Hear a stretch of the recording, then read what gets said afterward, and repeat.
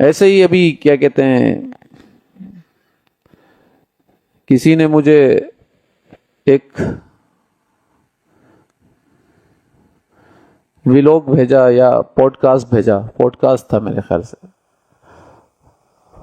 تو مفتی طارق مسعود صاحب یا کوئی ایک صحافی ہے، وہ آپس میں بات کر رہے ہیں، کیونکہ ہمارے یہاں پر کرامت کے اوپر بات چل رہی ہے تو انہوں نے ان کا پوڈ کاسٹ بھیجا۔ اس میں مولانا جو مفتی طارق مسعود صاحب ہے، وہ یہ کہہ رہے ہیں کہ بھائی ایک مذاق کے اوپر بات چیت چل رہی تھی مولانا قاسم نانوتوی رحمۃ اللہ علیہ اور مفتی رشید احمد گنگوئی رحمۃ اللہ علیہ، جو ساتھیوں کے سامنے، سالکوں کے سامنے کیا جا رہا تھا۔ اب وہ کیا تھا کہ بھائی انہوں نے بولا مولانا قاسم نانوتوی رحمۃ اللہ علیہ کو، بھائی تم ادھر لیٹو، چت لیٹ جاؤ، اور وہ بھی لیٹ گئے، اور پھر وہ سینے کے اوپر ہاتھ پھیرنے لگے۔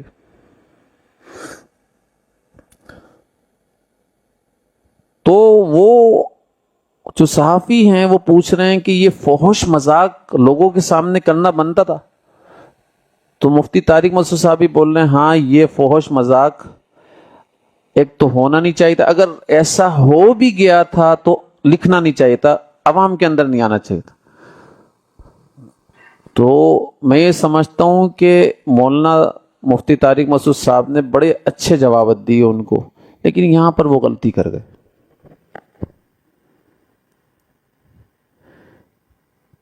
یہاں غلطی کر گئے۔ آپ جانتے ہیں کہ اکابرین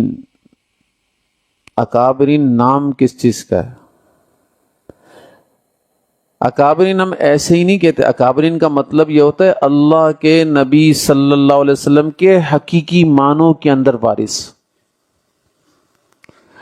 اور جو اللہ کے نبی صلی اللہ علیہ وسلم کا حقیقی معنوں میں وارث ہوگا وہ فحش مذاق کرے گا، وہ فحش حرکات کر رہا ہوگا، وہ فحش حرکات کر بھی سکتا۔ یہ کیسے دماغ کے اندر گھس کر فیصلہ کر رہے ہیں؟ کہ آپ کو ان کے دماغ کی بات معلوم چل رہی ہے کیا کہ انہوں نے یہ فحش مذاق کیا ہے؟ ان کے دل و دماغ کے اندر بھی نہیں ہوگا۔ بھائی غلطی ہو سکتی ہے اکابرین سے، لیکن ایسا نہیں ہے کہ اکابرین کے سامنے اگر غلطی کوئی آئے اور وہ اس کو ختم نہ کریں، اس سے رجوع نہ کریں، ایسا نہیں ہو سکتا ہے۔ لیکن یہ اکابرین کی غلطی بھی نہیں ہے، یہ تو آپ کو معلوم ہے فیض کو منتقل کرنے کے لیے ایسا کیا جاتا ہے۔ آپ دیکھیں نا، اللہ کے نبی صلی اللہ علیہ وسلم کی ذات کو جب غار ہرا میں اللہ تعالیٰ کی ذات کے نبی صلی اللہ علیہ وسلم کی ذات کو جبرائیل علیہ السلام نے فرمایا بھائی قرآن شریف پڑھو، تو کیا فرمایا تھا اللہ کے نبی صلی اللہ علیہ وسلم نے؟ بھائی مجھے پڑھنا نہیں آتا۔ تو پھر جبرائیل علیہ السلام نے بھیجا ہے نہیں بھیجا؟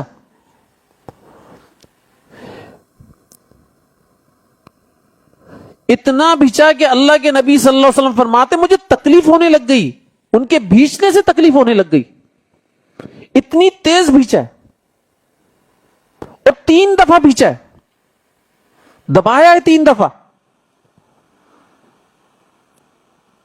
نعوذ باللہ من ذالک، اللہ کے نبی صلی اللہ علیہ وسلم کی ذات سے صحابہ کرام چپکا کرتے تھے۔ ایک صحابی نے پیچھے بازار اوقاس کے اندر کھڑے ہوئے اللہ کے نبی صلی اللہ علیہ وسلم کپڑے دیکھ رہے ہیں، پیچھے سے آ گئے اور اللہ کے نبی صلی اللہ علیہ وسلم کی ذات سے چپک گئے اور یوں پکڑ لیا اللہ کے نبی صلی اللہ علیہ وسلم کی ذات کو، اور اپنے سینے سے اللہ کے نبی صلی اللہ علیہ وسلم کی پشت کو ملانے لگ گئے کہ اچھے طریقے سے فیض منتقل ہو جائے، اور پوچھ رہے ہیں کہ بتائیے میں کون ہوں۔ تو بھائی اکثر صحابہ کرام رضوان اللہ علیہ اجمعین اللہ کے نبی صلی اللہ علیہ وسلم کی ذات سے لپٹنا چاہتے تھے،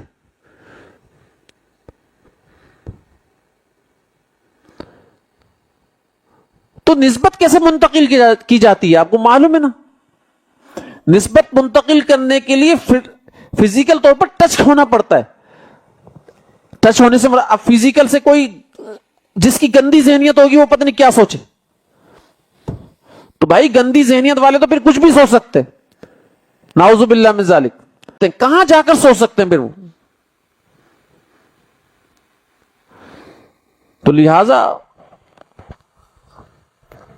اس کا مطلب سیدھا سیدھا یہ کہ بھائی نسبتوں کا معاملہ ہے، نسبتیں منتقل ہوتی ایسے. آپ نے دیکھا ہے نا، اللہ کے رسول صلی اللہ علیہ وسلم کے پاس جبرائیل علیہ السلام آئے اور اپنے گھٹنوں سے گھٹنے ملا لیے. اللہ کے رسول صلی اللہ علیہ وسلم کے گھٹنوں سے اپنے گھٹنے ملا دیے. آپ نے دیکھا یہ سوال اس طریقے سے اس انداز میں کیا. اللہ کے رسول صلی اللہ علیہ وسلم کی ذات نے، ایک صحابی نے کہا یا رسول اللہ بھائی زنا کرنے کا دل چاہ رہا ہے، تو اللہ کے رسول صلی اللہ علیہ وسلم کی ذات نے ان کو سمجھایا ہے، اور سمجھانے کے بعد پھر سینے کے اوپر ہاتھ رکھا ہے، اور سینے کے اوپر ہاتھ رکھنے کے بعد ان کے دل کے اندر جو زنا کی خواہشات تھی وہ ساری ختم ہو گئی.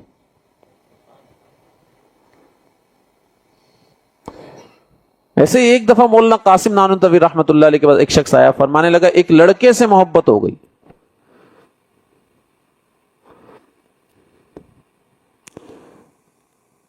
میں چاہتا نہیں ہوں کہ اس کی محبت میرے دل کے اندر آئے، لیکن ہو گئی، اور اتنی شدید ہو گئی ہے کہ مجھ سے برداشت ہی نہیں ہوتا. مولانا قاسم نانوتوی رحمۃ اللہ علیہ نے اس بات کو سن لیا اور خاموشی سے علاج کرنا شروع کر دیا.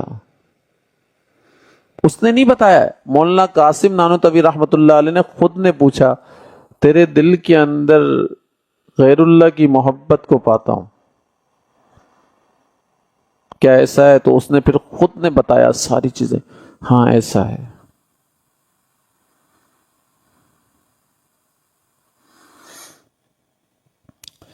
پھر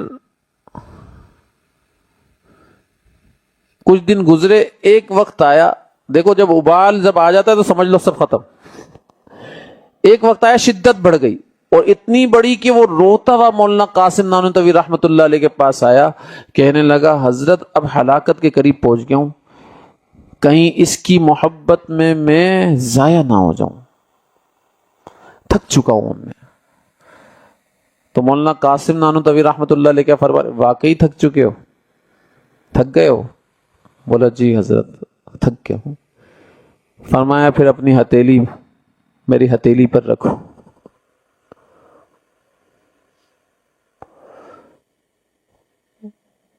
جب ہتھیلی کے اوپر رکھی تو وہ شخص کہتا ہے کہ جب مولانا قاسم نانوتوی رحمۃ اللہ علیہ نے میرا ہاتھ چھوڑا ہے، ہتھیلی سے اپنا ہاتھ ہٹایا ہے، تو میں فارغ جب ہوا ہوں نا اس عمل سے، اس وقت میں نے اپنے دل کی حالت یہ دیکھی کہ میرے اندر کسی کی محبت ہی نہیں تھی. میں یہ سوچ رہا تھا کہاں گئی، کہاں چلی.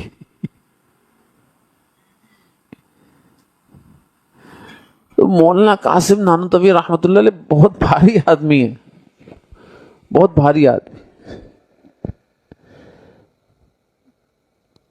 اور آج لوگ ان کا مذاق بنانے کے اوپر لگے. یہ اتنے بھاری آدمی ہیں کہ ایک دفعہ حکیم الامت رحمۃ اللہ علیہ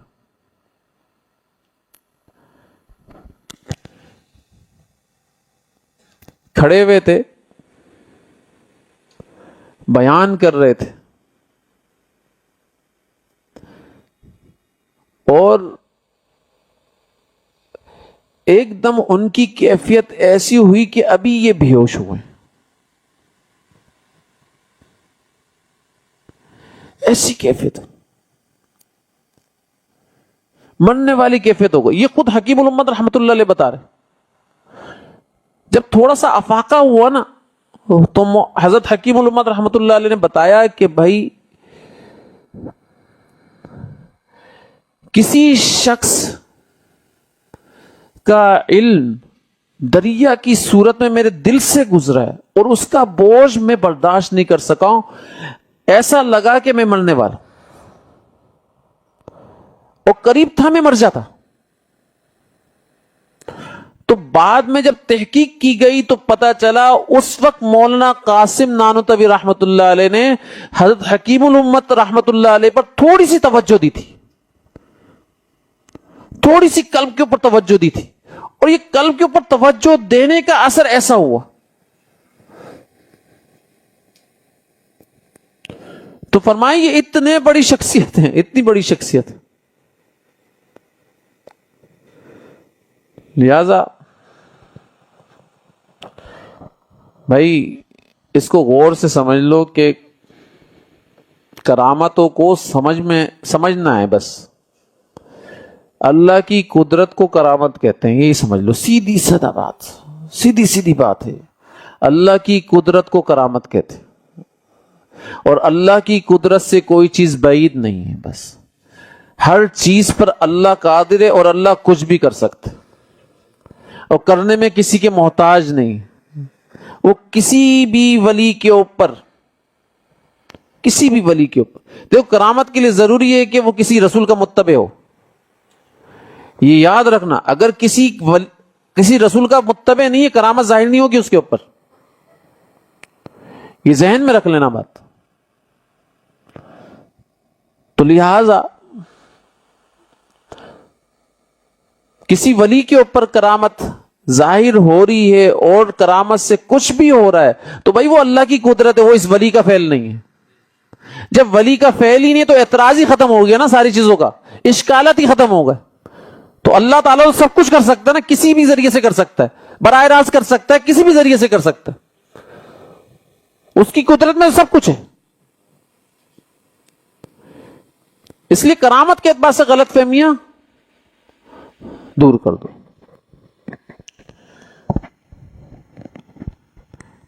لہذا جو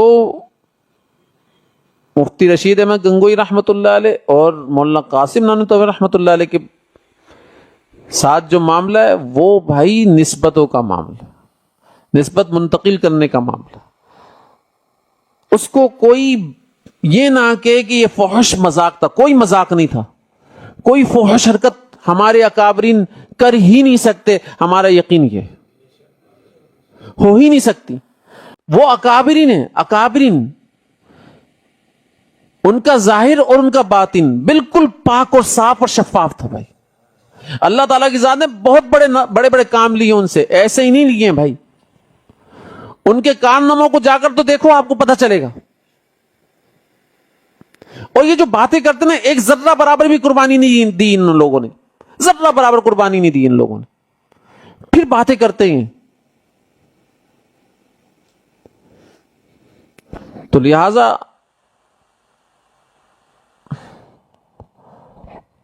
مولانا قاسم نانوتوی رحمت اللہ علیہ کے بارے میں پڑھو، جانو بھائی. مفتی رشید احمد گنگوئی رحمت اللہ علیہ کے بارے میں پڑھو، جانو، پتہ چلے گا کیا شخصیت تھے یہ لوگ.